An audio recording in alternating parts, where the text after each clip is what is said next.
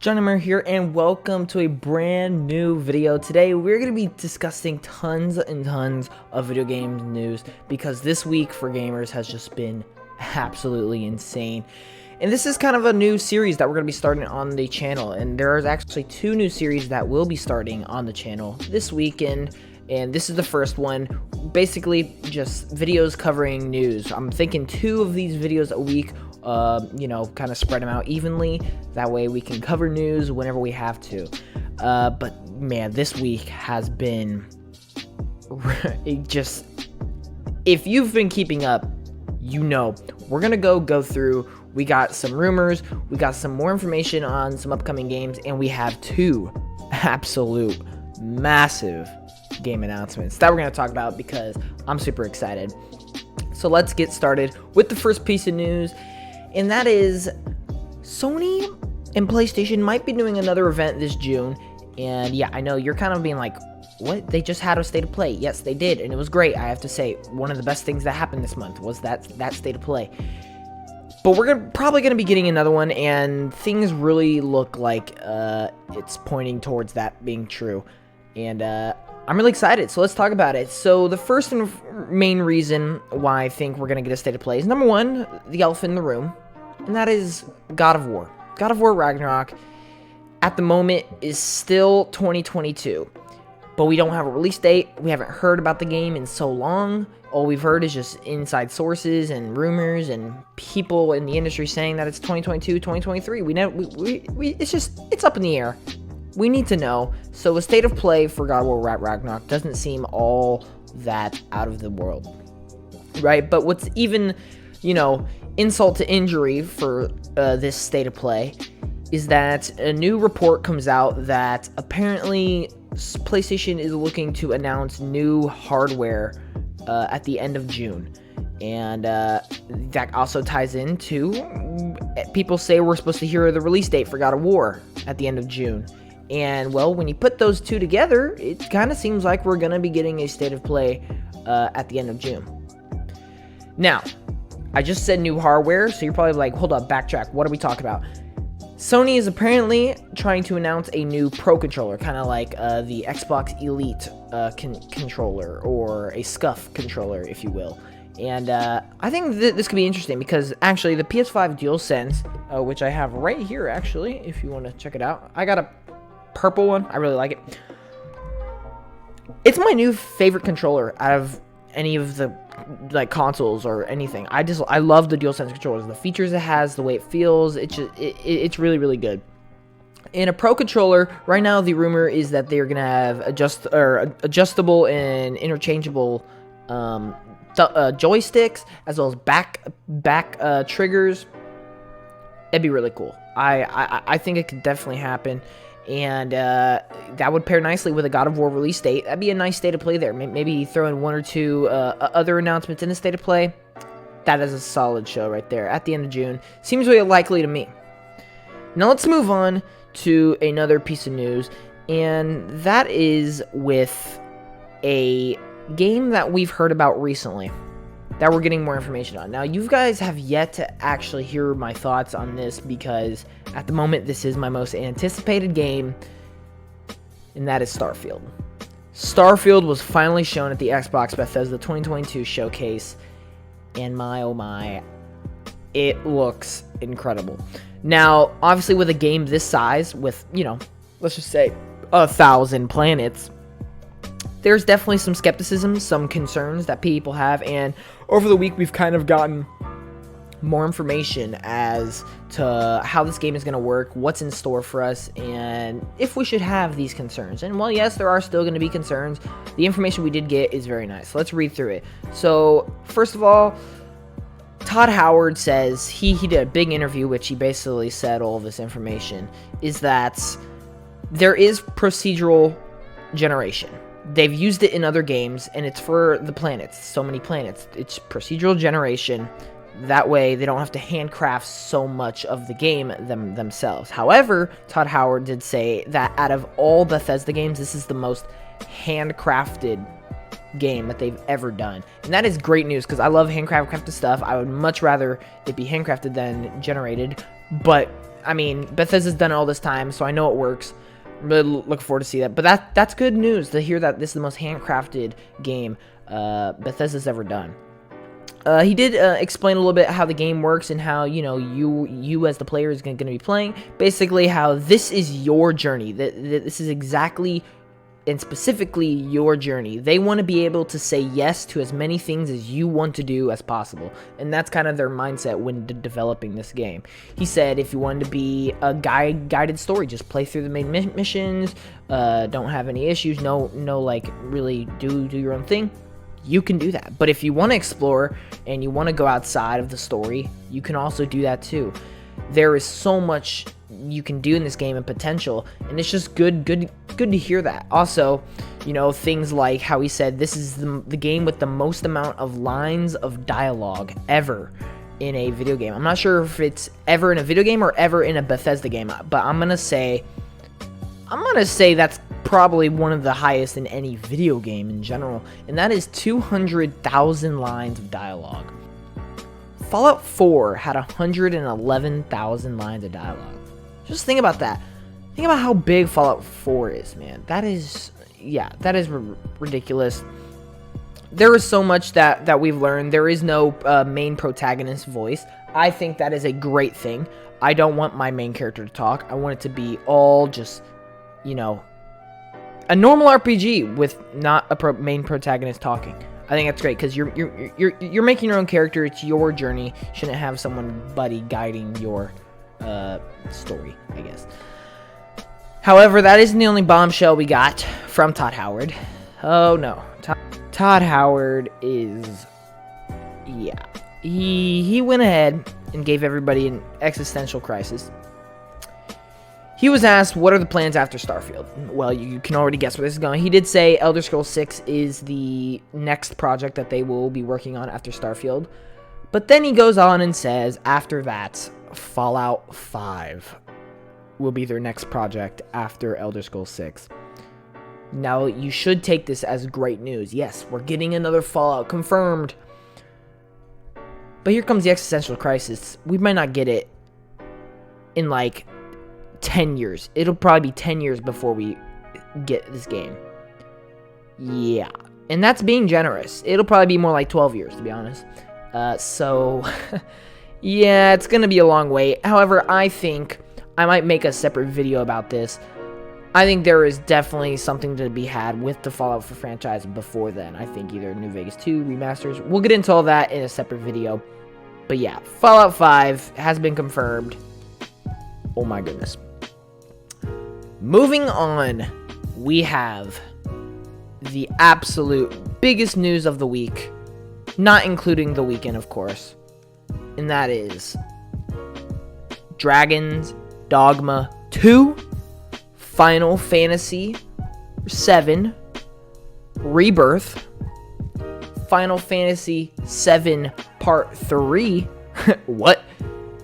Final Fantasy 7 Crisis Core Reunion. Yeah. What the heck happened today? I'm recording this the day of all these announcements. What in the world happened? You guys should know how big of a, you know, just how big of a Final Fantasy 7 fan I am. What? Okay, listen. Look, these new news videos, I'm gonna just tell you right now, these news videos that we're gonna be doing, they're not scripted, they're not nothing. I write down the news that we're gonna talk about it, and I'm just giving you my raw thoughts, raw reactions. We're just talking about it, like face to face. We are just talking about this stuff because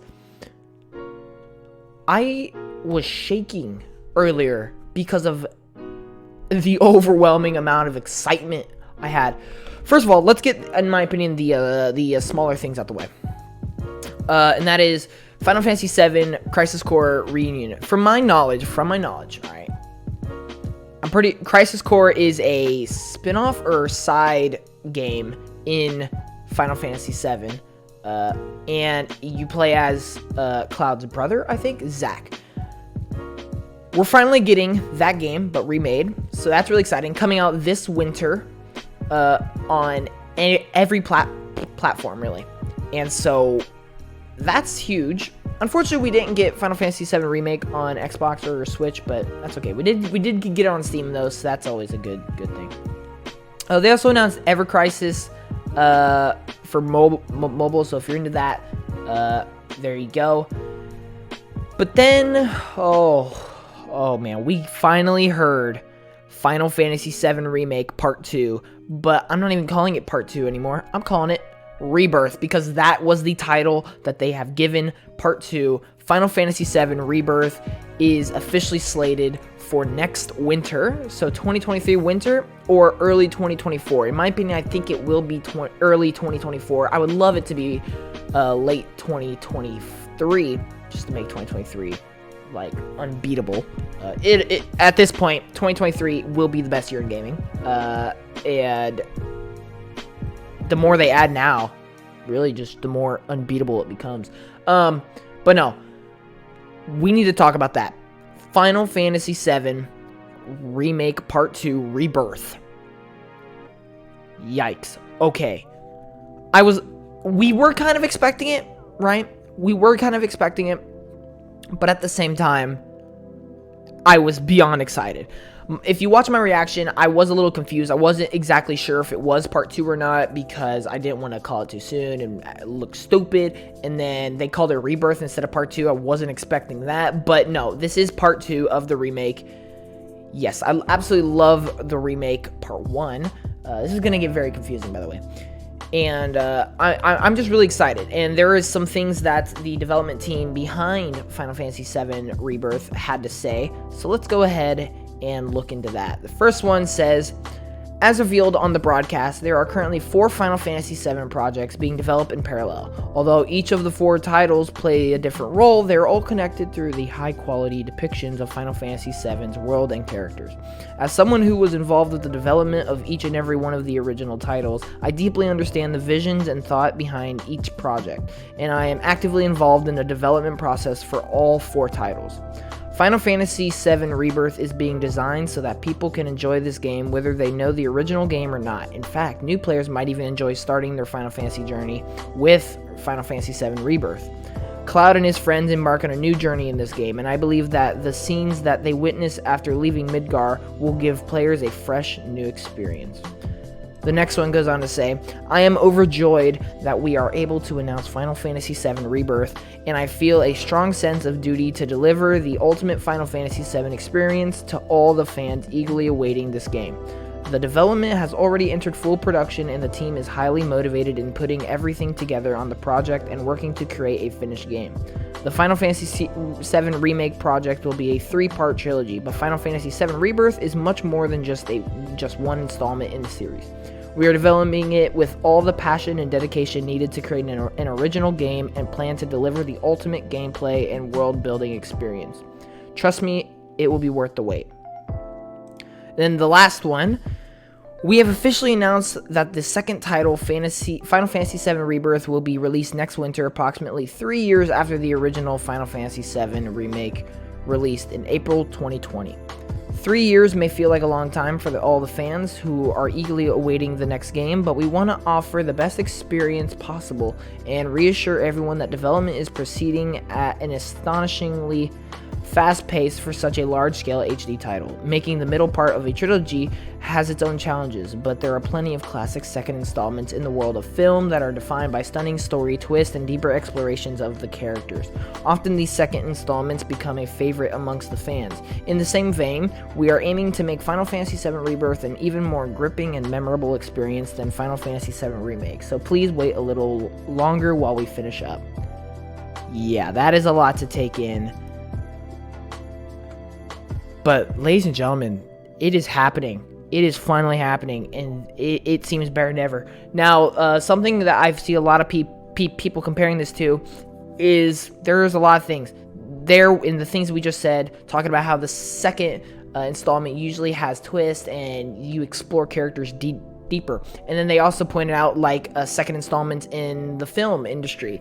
Well, think about something like Empire Strikes Back. All hope is lost. Characters are at their absolute low, right? Then you look at the logo for Final Fantasy VII Rebirth. It's like red. when do we ever get a Final Fantasy logo that looks like dark? So we and my friends may be walking into a dark Final Fantasy 7 game, and that sounds incredible. That sounds incredible. I am so excited. I don't want to take up any more time of your day. Talk about Final Fantasy 7 Part 2 because we got other things to talk about.